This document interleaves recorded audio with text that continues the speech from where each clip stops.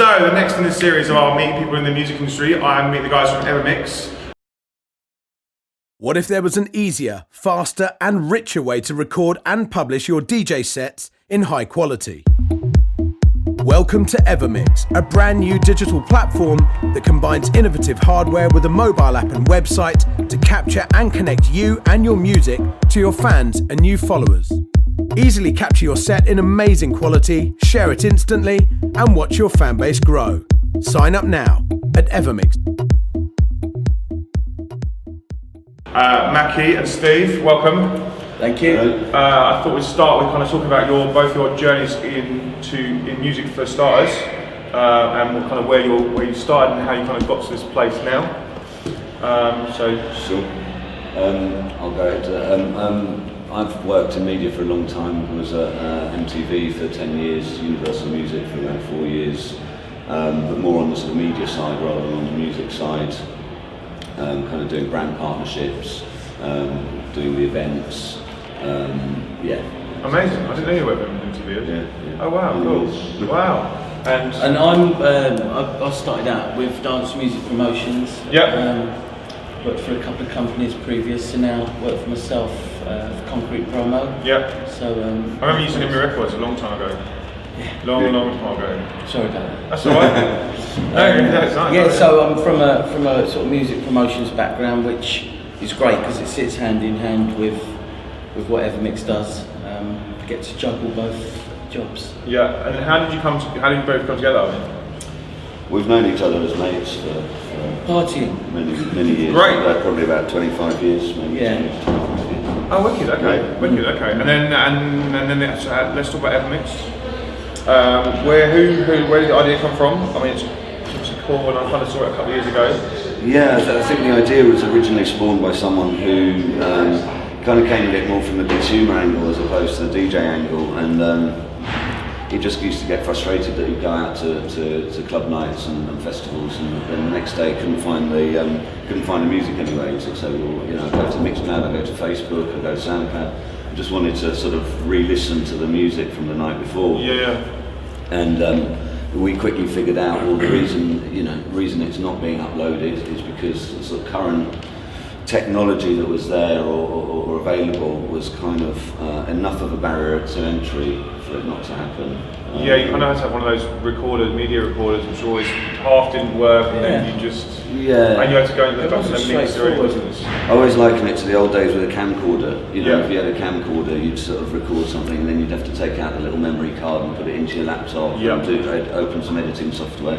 And it was enough of a ball ache for you to not bother to do it half the time. Whereas if you can just aim your phone at something, record it, hit send, you're going to do it all day long. Yeah, I think from a lowest common denominator, if you already are an editor, then you'll go for all that process. Yeah. But if you're the lowest common, you just I want my music something there. Then What was quite interesting as well was initially because there was a lot of classic sets. Because obviously the sets that he lost were sort of older sets, classic sets, and. So kind of looked at trying to get classic sets put up on the site, and so I've done a bit of research, contacted a lot of the sort of AAA listers who were not interested at all about putting old sets up, which I was confused about, but literally they didn't want to be discovered by a new generation playing their old music, in case that's how they're seen. They think people are playing that now. Right, So, but they were all kind of willing to put new sets up. So that's good. Yeah, and that's. But so what we figured out was that everyone's got a phone. A phone is obviously a storage device and a publishing device. So if we could find some way of getting those sets onto your phone without kind of compromising the quality at all, that would open it up to everyone and make it accessible.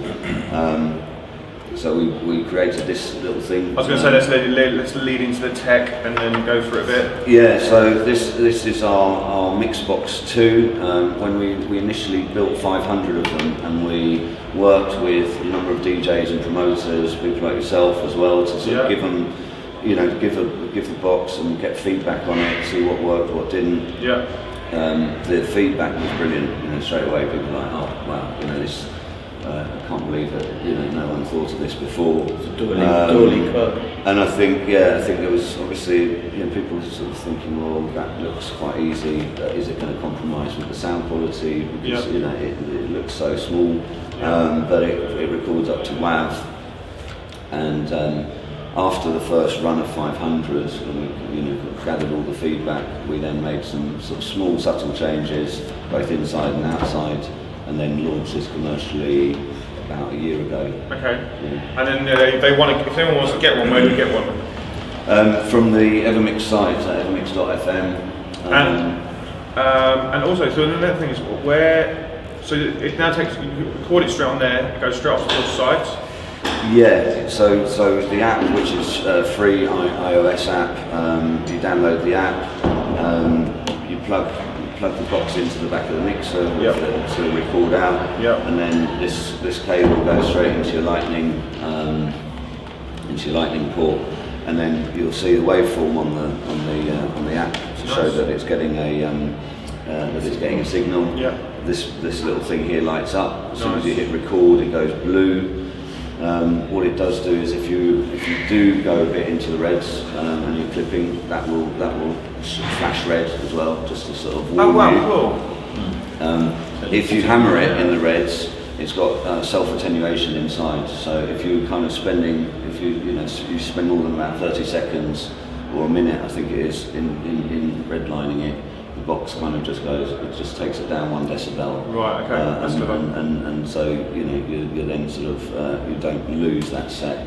And then when you're done, you just hit stop. Add the sort of the night genres, everything else, and then upload to our site. But it also, you can connect your Facebook, Twitter, SoundCloud, Mixcloud accounts. So just send them to. Wow. No more multi-uploading. Nice. That's really cool. Yeah, I've seen a lot of people using it now. I've seen it becoming getting a lot more traction for you guys, which is really nice to see. Obviously, like I said, I saw it a few years ago. Yes, I've seen a lot of people kind of now sharing your stuff from your site as a thing from It's been a big kind of domino effect getting DJs on board, trying to get those first big names on board, and this week's a big one for us. It's Carl Cox's Mix of the Week. Right. And that's Yeah, I was talking to I was talking to a lad last night. He goes, "Oh, have you listened to that mix?" And I was like, "Oh no, I didn't even realise." But I'm talking to you guys this morning, so so that's really, I've had a lot of emails of people saying, wouldn't mind featuring on the front page. So nice. It's kind of had a knock-on effect. It's always a nice thing when you then they start emailing you to kind of get coverage. So you start not getting back to them. Yeah. Standard. The other thing that you can use the box for is to do Facebook live streams. Okay. So basically, you instead of opening up our app, you open up the Facebook Live app, and then you're getting your pro quality audio straight out of the mixer into your live stream. Wow. Okay. We do like a weekly session. Our office is in Ministry of Sound, so we do every Friday. We do have a guest come in and do a little 1 hour session to there's a live stream. Quite often someone that's kind of come into town to play that weekend. And I didn't realise you could live stream. That's really cool. Yeah. And it takes the video from your phone? Yeah, it takes the video from the phone and the audio straight out of the mixer. Amazing. Amazing, that's really cool. Yeah. And then what we're doing is at the moment we're going to hopefully embed Facebook Live into our own app. Oh, that'd be cool. So you can record and stream, because at the moment you have to choose one or the other. Right, cool. And then obviously people then direct splitters and direct straight to your site as well, so they give you more residual traffic as well. Yeah. And I guess the next thing I just kind of wanted to talk about is, so you're obviously adding that big video part to the product and. Yeah, I mean at the moment our site is audio only, so we haven't sort of harnessed video yet. But we know that video is a big thing. It's not in our immediate sort of roadmap stuff to do. So at the moment we're mainly focused on sort of capturing the audio and becoming that content hub for DJs for all their live recordings. Have you contemplated on just keeping it as an audio live audio streaming platform? Well, at the moment, it's obviously you make the recording and then you upload the recording. We haven't. It's not at the moment in our plans to have it as a sort of live audio stream thing. Okay. There are other people out there doing that, and actually a lot of them are now contacting us because they've got the platform but they haven't got the hardware. Right. So Cool. you know, we've just actually on the phone this morning to guys in India who've got a platform called Strio out there that does sort of live streaming. They now want to get all their sort of users kind of using this, but because some of those streams that they're doing, the audio's a bit compromised. Amazing. So kind of we'll leave them to do the video stuff and we'll do the audio stuff at the moment. Okay, cool. Okay, that's cool. Well, yeah, because I feel like there's an audio platform that there's an audio live platform that's kind of missing, and I think with the kind of, you know, this rise of audio which is going to happen in the next, I don't know, 12 months. Yeah, good. I think like things like Alexa and Siri will open a whole new door into audio live streaming because people just want to listen to stuff because it is just what's Alexa play me what's something like live dance music now, and then it goes our Evermix has got a live stream you can listen to it now. Yeah, I mean something we've been talking about for a while, but there can be, I think it has to be curated properly. There is a big overload with all the platforms. There's so many sort of live things. What I like about Evermix is it is kind of compressed, and you know what you're going to get. Yeah. You know, you're not going on some wild goose chase to find what you want. Okay. It's very easy to access, the music that you like.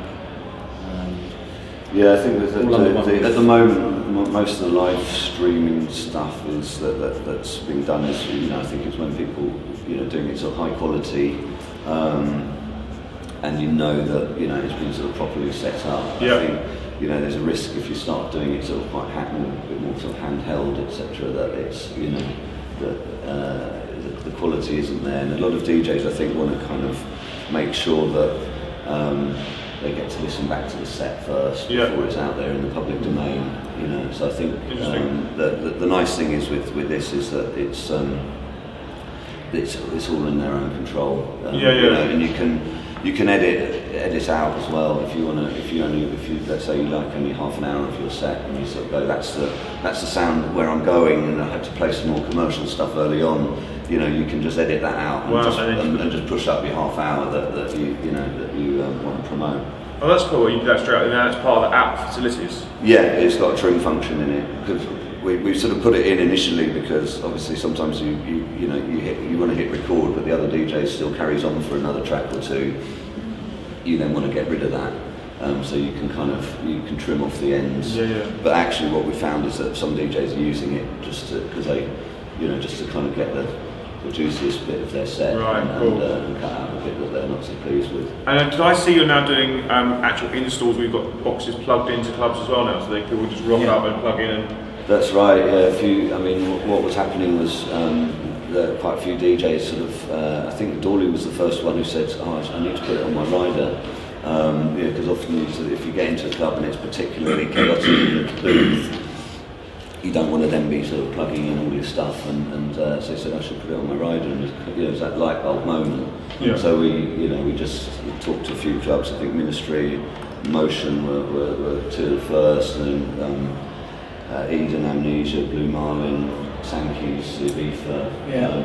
We sort of tested it out. We didn't want to roll it out to too many. We just wanted to see how it was being used and what.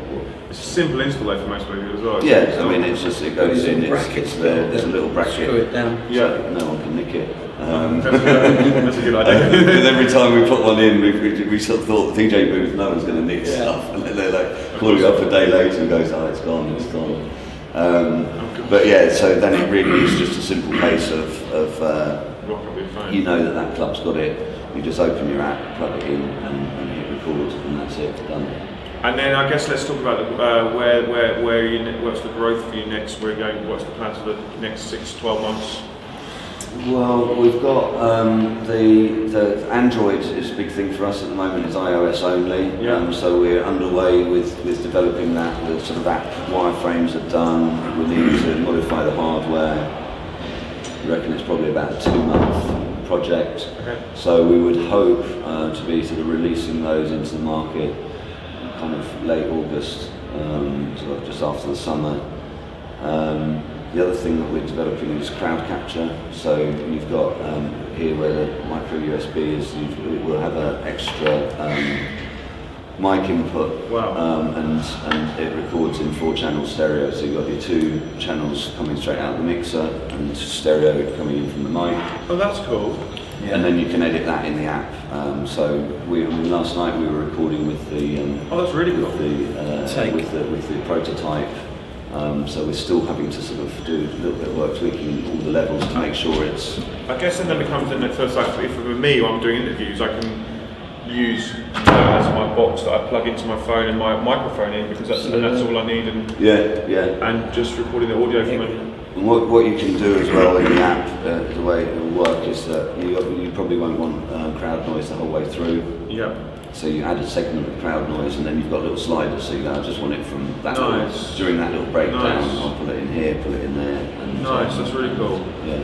So so you want it where it kind of just where the breakdowns are. Yeah. Because otherwise you're going to have loads of sort of, Stimpy gets a drink and all that sort of stuff, you know. Really you want the crowd cheering stuff and not the kind of, not the sort of DJ booth banter going on.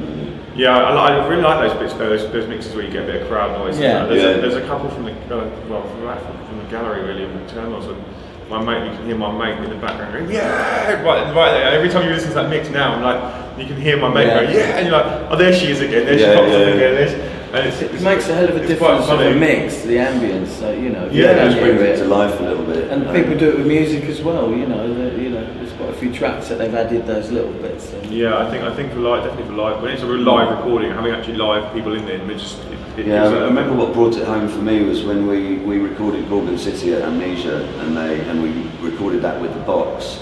And they separately did a recording of the crowd noise, and then afterwards Kai just mixed the 2 together. Nice. So we kind of had, it's not often that you can sort of see both. You've got the kind of just pure audio mix, and then the audio with crowd noise mix, and it just kind of adds a little bit more depth. And we sort of thought, no, we need to do this properly. So yeah, I bet with Amnesia you get all the CO2s as well. Yeah, you do. Which would be quite crazy. Yeah. So anyone that was there, we've dragged them back to that moment when they got blasted. No, I mean, and it goes back full circle back to the whole, when we said that the original idea was less of, we didn't start off to kind of create a DJ tool. It was really more a consumer tool to be able to relive the night. Yeah. And get that, hear that music again. Actually, if you then have the crowd noise and you get that sort of goosebumps moment if you sort of listen to it the next day, and you get suddenly hear the CO2 cannons and whatnot, you kind of feel that cold air on your face go off as you've pulled out of some coma.